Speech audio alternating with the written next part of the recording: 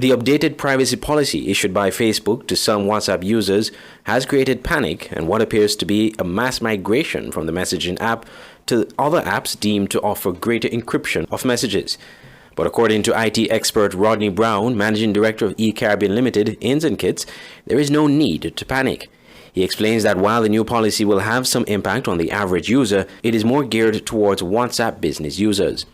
Of course, it's an opportunity for Facebook to generate revenue, but also for them to potentially utilize the data. They claim that they'll be sticking to their usual arrangement regarding the data, but it's really up to the businesses to determine how they want to utilize the data. So it's a little bit open, and it's probably a moving policy in terms of it's going to be adjusted over time. So a short answer would be, in the immediate term, it's pretty much business as usual for the regular users of WhatsApp. The changes don't really affect you unless you're interacting with a major entity, perhaps, as far as business is related. But from a person-to-person standpoint, nothing has really changed. Some users are beginning to explore other messaging apps like Signal and Telegram. He offers his opinion on all three apps. On one end, you have WhatsApp. On the other end, you have Signal. Telegram is probably somewhere in the middle. So Signal is the preferred option for more security. They have a strict protocol. I think WhatsApp is actually based on the Signal code. So the foundation of WhatsApp essentially is built on Signal's protocols, etc., and then WhatsApp customized certain aspects of it. As far as I know, I think WhatsApp is encrypted end-to-end in the chats, but not with calls and a few other things. Signal is encrypted. Group messages, chats, calls, etc. is full encryption.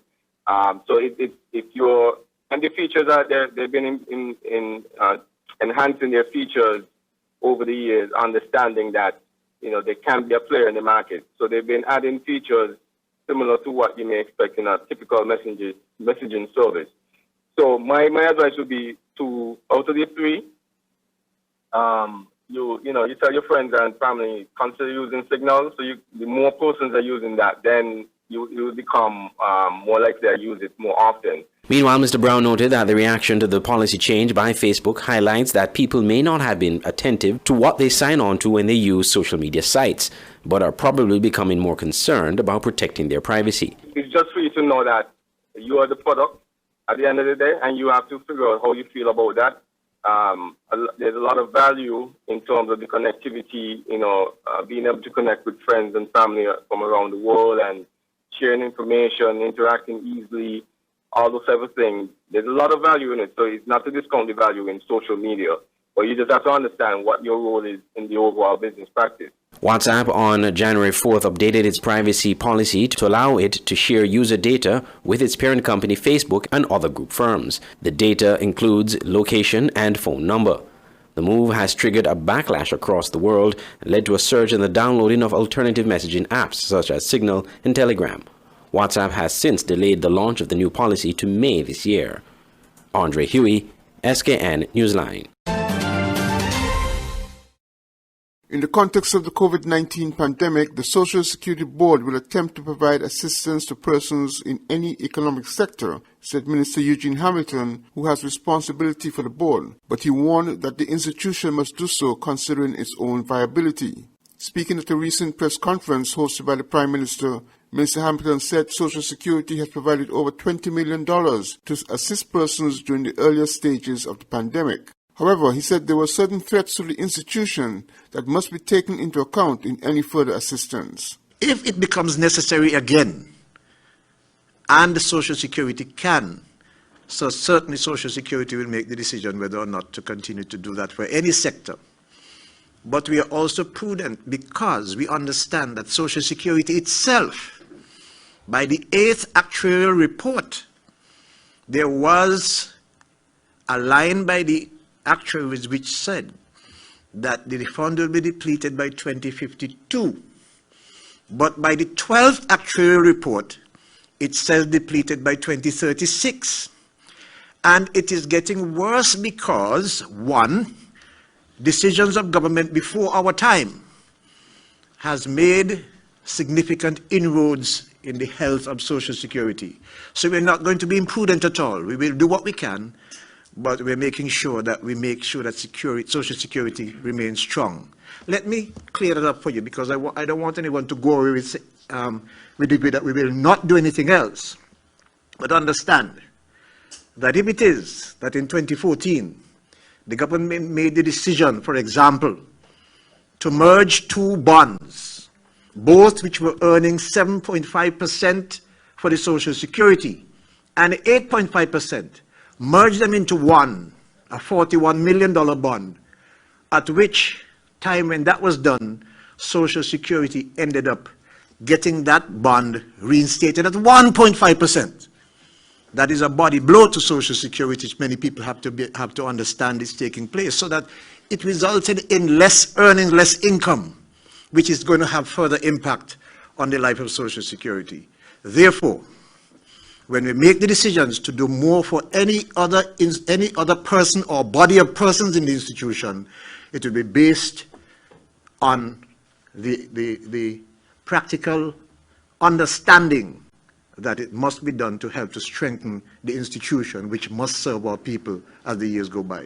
According to the Minister, Social Security will play its part to assist persons in the context of the COVID-19 pandemic, but it will do so in a prudent manner. Glenn Batt, Skn Newsline. The St. Kitts and Nevis Labour Party said it fully endorses the recent statement issued by CARICOM, which denounced the unilateral declaration of Cuba as a state sponsoring terrorism. In a statement issued by the party on Tuesday, it said, quote, "We join with CARICOM in fully supporting Cuba in pursuing, amid great odds, a developmental path that enhances the quality of life of its citizens and indeed that of Caribbean people on a whole. The SKN LP strongly believes that the incoming administration will endeavor to embrace a more democratic stance and utilize available diplomatic channels in its intervention to restore respect and dialogue as a means of normalizing relations with Cuba, thus engendering peace in the Caribbean region." End quote. The Trump administration designated Cuba as a state sponsor of terrorism in a move that will return the island nation to the pariah list from which it was removed 5 years ago. Secretary of State Mike Pompeo accused Cuba of repeatedly providing support for acts of international terrorism and granting safe harbors to terrorists.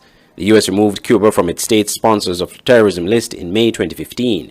President Barack Obama's administration had reached an agreement to restore relations with Cuba months earlier, including a plan to boost travel and trade between the two countries. I'm Andre Huey reporting for Skn Newsline. The Emergence and Affirmation Summit, a motivational summit that will inspire you to greatness, presented by Vikish Pickering of V Creation. Sunday, January 31st at 3 p.m. at the Kuna Caribbean Conference Center. All attendees will receive affirmations and exercises for the next month that ends with a follow-up. Tickets $100. Dress code fierce and fabulous. For more information, call 765-6798 or visit www.vcreation-inspire.com. It's the Emergence and Affirmation Summit, January 31st at 3 p.m. at the Kuna Caribbean Conference Center.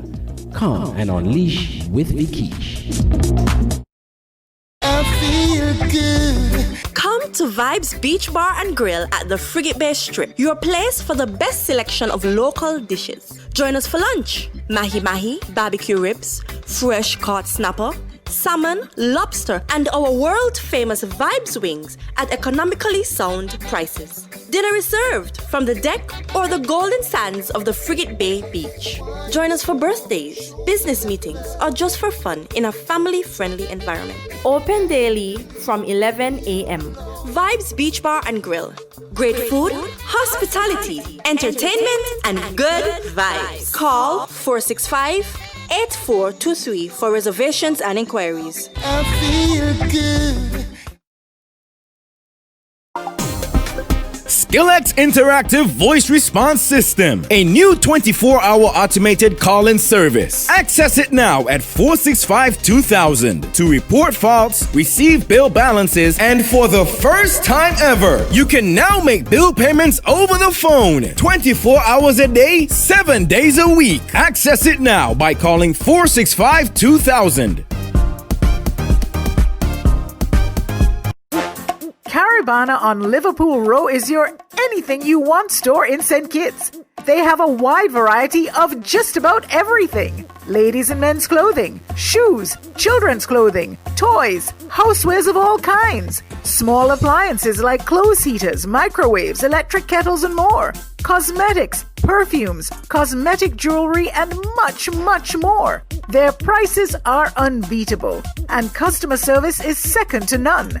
Shop at Caravana on Liverpool Row Bastair. Call 465-1745. At Caravana, find value supplies at great prices.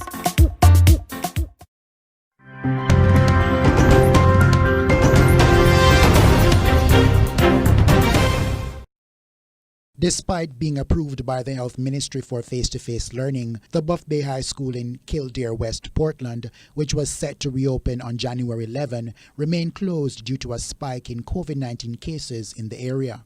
CVM Live visited the institution recently. However, our news team was not allowed on the premises. George Brown, PTA president, says all grades would have been at school, but in rotation. Various grades would have started to come in on different days.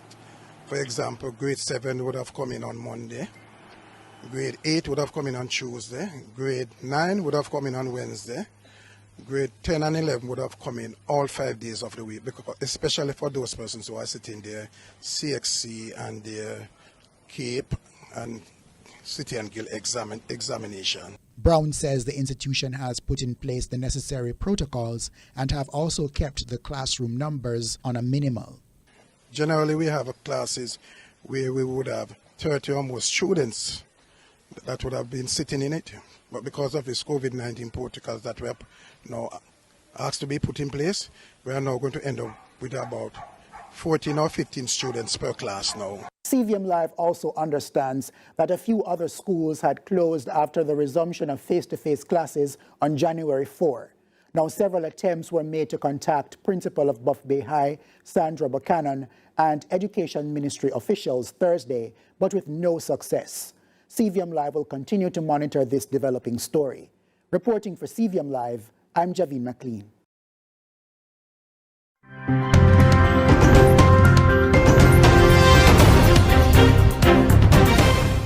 Well, enforcing the mandated curfews and lockdowns of the emergency COVID-19 orders certainly among the force's top priorities in 2021 as the virus has changed the way police officers carry out their duties.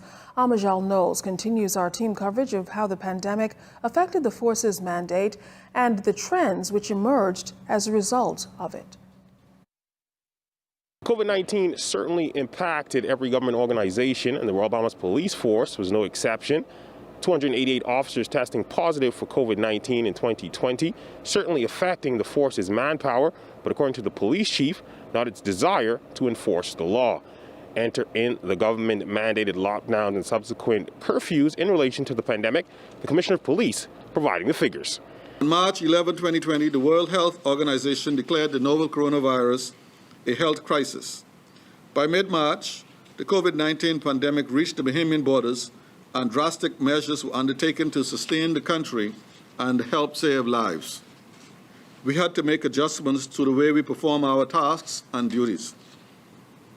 During the year, there were 4,275 breaches to the COVID-19 emergency powers orders. The figure includes 2,370 curfew violations. The force also responded to 126 COVID-19 calls for assistance. That was curfew violations, but another concern for officers as a result of the earlier lockdowns was the subsequent uptick in usage of Airbnbs, which officers noted a recent trend of incidents of sexual assault taking place at these facilities, as numbers indicate that sexual offenses were up significantly in 2020. During the period under review, the Sexual Offenses Unit investigated a total of 213 cases. This figure represented a 34% increase over 2019, when there were 159 sexual offenses reported. These offenses included rape, unlawful sexual intercourse, and attempted rape. The investigators have noted a recent trend in sexual offense cases occurring at Airbnb rentals where parties were being hosted. Additionally, young females were being targeted via social media. Police officers also highlighted the impact the pandemic has had on mental health, with officials reporting an increase in suicides across the country. For the period under review, we saw a 38% increase in suicides in the Bahamas, with 11 incidents as opposed to 8 in 2019. 10 of the victims were males and 1 was a female. The majority of the male victims, 5, ranged in age between 31 and 45. 1 victim was under 18 years, 2 aged 18 to 30, and 2 46 to 60. The single female fell between the age of 46 and 60. 6 persons committed suicide in New Providence and 5 in Grand Bahama. Now, as previously reported, overall crime was down last year compared to previous years. Many pundits would suggest that the lockdown and curfews were the driving factor in the reduction, something that the Commissioner of Police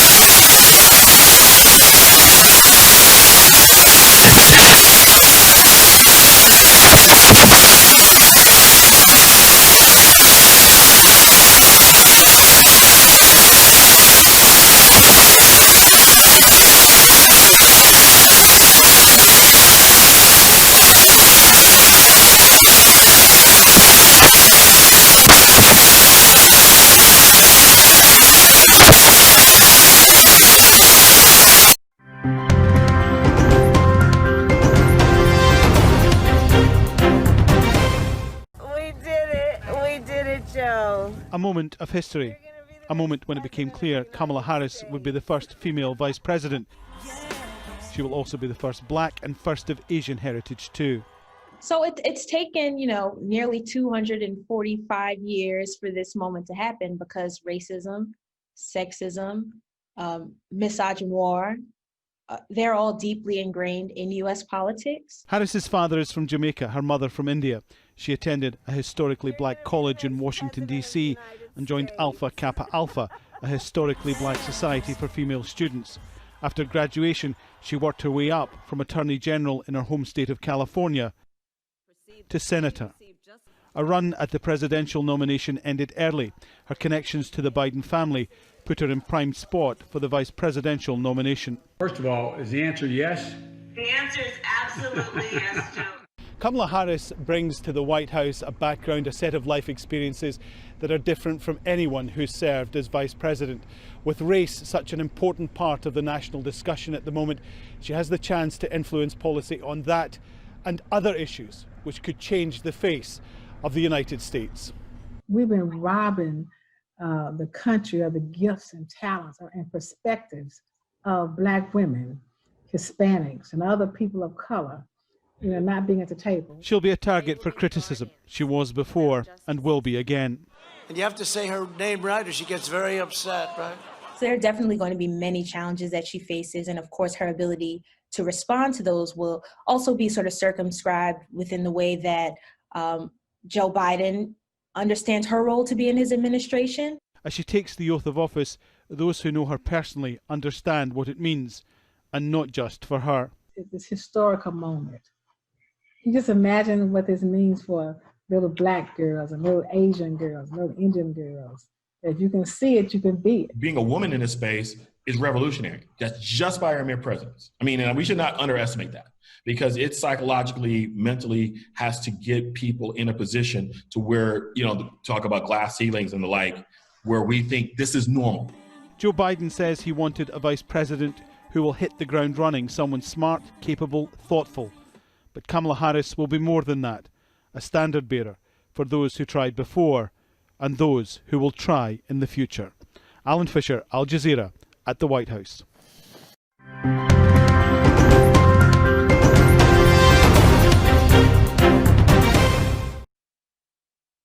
In Indonesia's South Kalimantan province, on the island of Borneo, heavy rain has lashed these villages and towns for days.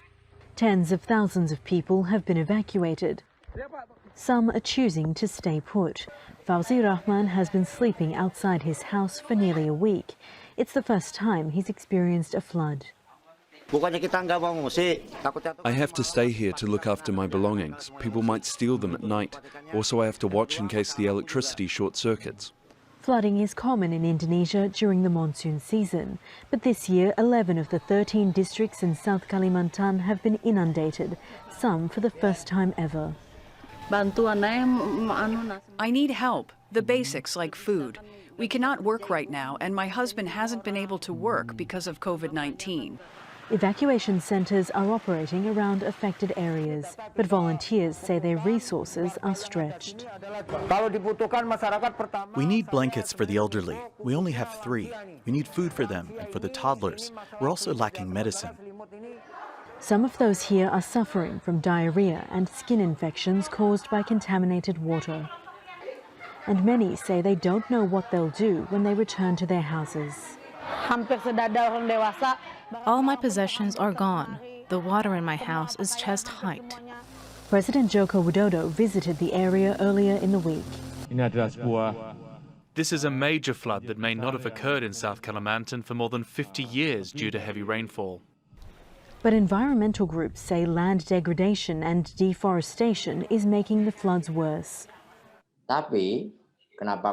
These floods are particularly bad because from the total 3.7 million hectares of land in South Kalimantan, 50% is already burdened by mining and palm oil plantations. For him and others, this crisis isn't just about rain, but the mismanagement of land. Jessica Washington, Al Jazeera, Jakarta. Stay abreast with news on St. Martin with SMN News. Visit www.smn-news.com for up-to-date news, scoops, opinions, and hard-hitting facts. SMN News, we tell it like it is. Visit our website www.smn-news.com. It's the new and improved Skn Newsline Android mobile app. With the Skn Newsline app, you can watch your news reports, the Skn Newsline Newscast, sports, special features, and so much more. You can also send us a WhatsApp or call us directly. Go in the Google Play Store, search Skn Newsline, and download the app today. The Skn Newsline mobile app. News on the go. For the finest in pastries and baked products, your only choice has to be Bryden's Bakery, located on Main Street, New Road, St. Peters. They offer the best in breads, cakes, cheesecakes, cupcakes, cookies, and much more. Visit their cafe and savor breakfast sandwiches, coffee, espresso, and ice cream. Bryden's Bakery also specializes in a variety of healthy breads, cakes, cookies, pies, and pastries for all your special events. Call 667-1505. Opening hours 6 a.m. to 6 p.m. Monday to Saturday and 1 p.m. to 6 p.m. on Sundays for Ice Cream Sundays. Extended opening hours during the Christmas season. Bryden's Bakery, simply the best. Banners, commercial signs, decal printing, canvas prints, license plates, posters. We at Multigraphics are dedicated to providing quality products and service to our customers. Our team takes pride in the craftsmanship and is passionate about its work. Every job, large or small, is important. Most of our customers come to us through referrals. That's because our number one priority is service. We serve a wide variety of customers, such as restaurants, retail stores, manufacturers, trucking companies, and many more. Our capabilities include design, production, and installation. How can we help? We are located at Bird Rock at the Woods Right compound. Call us at 869-763-1511 or 784-491-7599. Multigraphics. Auto Plus Car Wash, located on the College Street Gut, Bastyr, St. Kitts. Bring your car to Auto Plus Car Wash to remove water stains, wiper marks, Get your doors, roof panel cleaned, seat floor mats, buffing, headlights, and engine wash. You get quality service at the best price at Auto Plus Car Wash. They really care for your car. Call 765-5140 or visit them on the College Street Gut, Bastyr, St. Kitts. Auto Plus Car Wash, where the service is number one.